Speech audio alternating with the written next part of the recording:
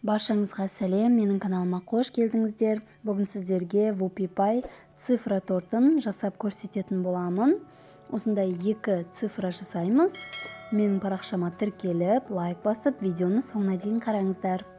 Ең алдымен ыдысымызға сары май мен шоколадты қойып, салып, екеуін бірге водяной баняда ерітіп аламыз.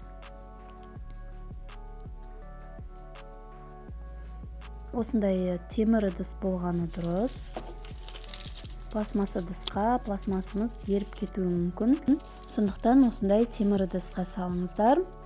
Мына шоколадымызды салып аламыз. Менде Қазақстан шоколады. Грамдарын барлығын описаниеге қойып кетемін.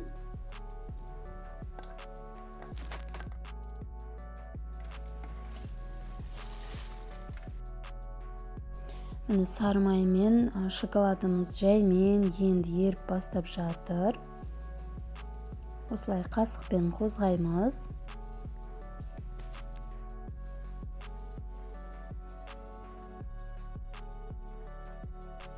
Міне толықтай еріді. Енді бұны водяной банядан аламыз.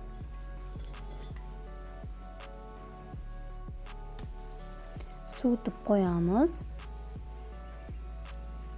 Енді ыдысымызға жұмыртқамызды салып, оның үстінен шекерді салып, екеуін жақсылап миксерлеп аламыз.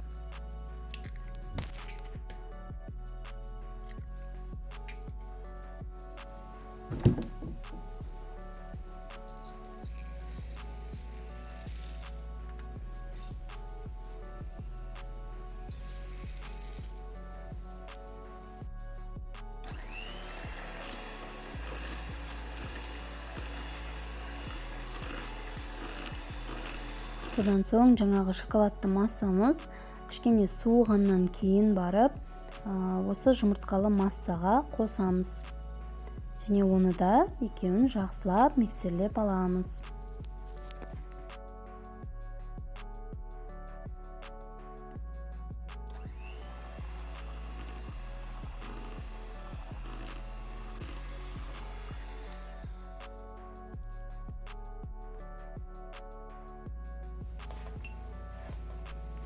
Енді какаоны осылай електен өткізіп саламыз. Өйткені түйіршіктер болмас үшін, сосын ұнға разрыхительді қосып, екеуін араластырып аламыз. Және барлығын жақсылап миксерлеп аламыз. Ұнымызды 2 бөліп саламыз. Мен бірінші бөлігін електен өткізіп салып жатырмын. Сосын миксермен бірінші осылай араластырып аламыз қолмен. Содан соң миксерді қосып, жақсылап миксерлеп аламыз.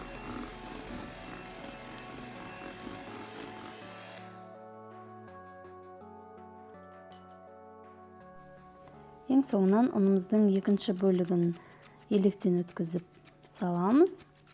Және де оны да жаңағы тәсілмен ең алдымен қолмен миксерді қоспай осылай араластырып аламыз. Өйткені ұнымыз жан-жаққа шашырап кетпес үшін. Одан соң миксерді қосып, жақсылап біркелкі масса болғанша араластырамыз, миксерлейміз.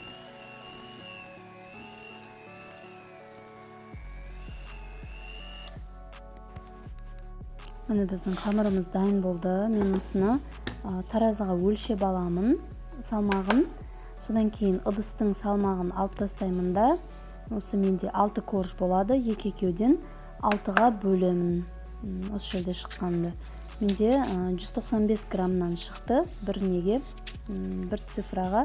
Енді осылай санымызды сызып аламыз пергаментке. Менде пищевой фломастер. Пищевой фломастермен осылай санды сызып алды. Менде 30 деген торт болады. 30 деген цифра торт. Мен 0 санында дәл осылай сызып шығамын пергамент қағазына. Енді кондитерлік қапшықты алып, осындай шұңғылы тысқа саламыз. Және де осылай мен барлығын таразыға өлшеп саламын корждарды. Менде осы бір коржға 195 граммнан болды. осылай барлығын салып аламын да кондитерлік қапшықтың басын кесіп осылай жүргізіп шығамын 3 санын. Ең алдымен шеттерін осылай жүргіземіз. Одан соң ішіне құямыз тестамызды.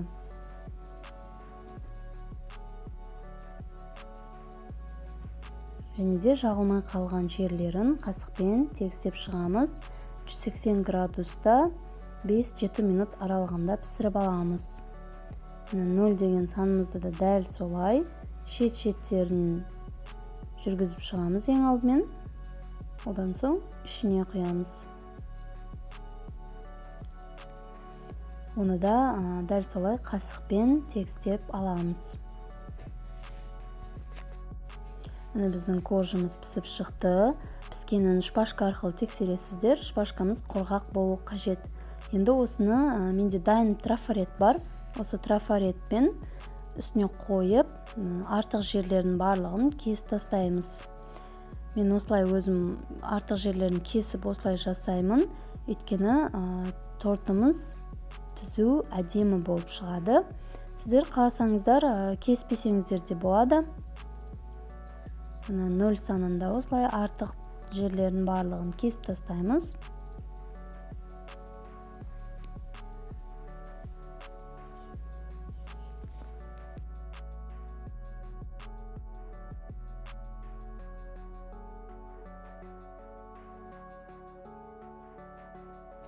Енді тортымыздың кремін дайындаймыз. Ыдысымызға творожный сырды саламыз. Оның үстінен шекер немесе сахарный пудраны саламыз. Крем дайындайтын ыдысыңыз құрғақ болу қажет. Миксердің венчигі де құрғақ болу керек. Және де кремге қосатын творожный сыр, сливкиларымыз барлығы мұздай болу керек. Үстінен сливкиді қосып, оны да жақсылап миксерлеп аламыз қоюланғанша. Қоюланды бізде крем. Плотный крем шығу керек. Осылай миксерді көтерген кезде ешқандай түспеу қажет. Плотный әдемі крем шықты бізде. Енді менде насадка 809 деген насадка, Вопипайдың насадкасы. Осыны кондитерлік қапшыққа салып аламын да, дәл жаңағыдай кремді өлшеп, 6-ға бөліп, 6 коржға теңдей бөліп, осылай жағып шығамыз корждарға.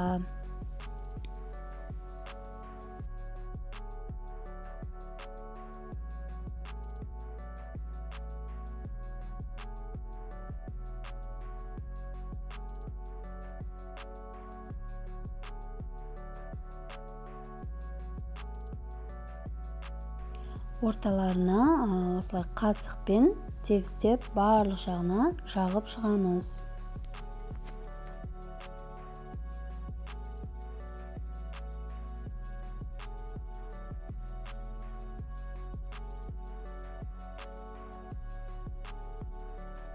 Менде бұл жерде 3 үшеуден 6 корж болады.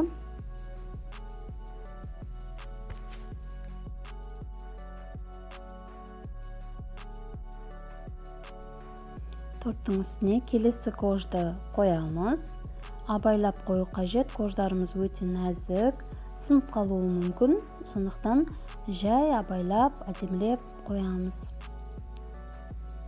Міне ең үстіндегі коржымызды қойдық. Оның да үстінен осылай әдемілеп кремді жағып шығамыз.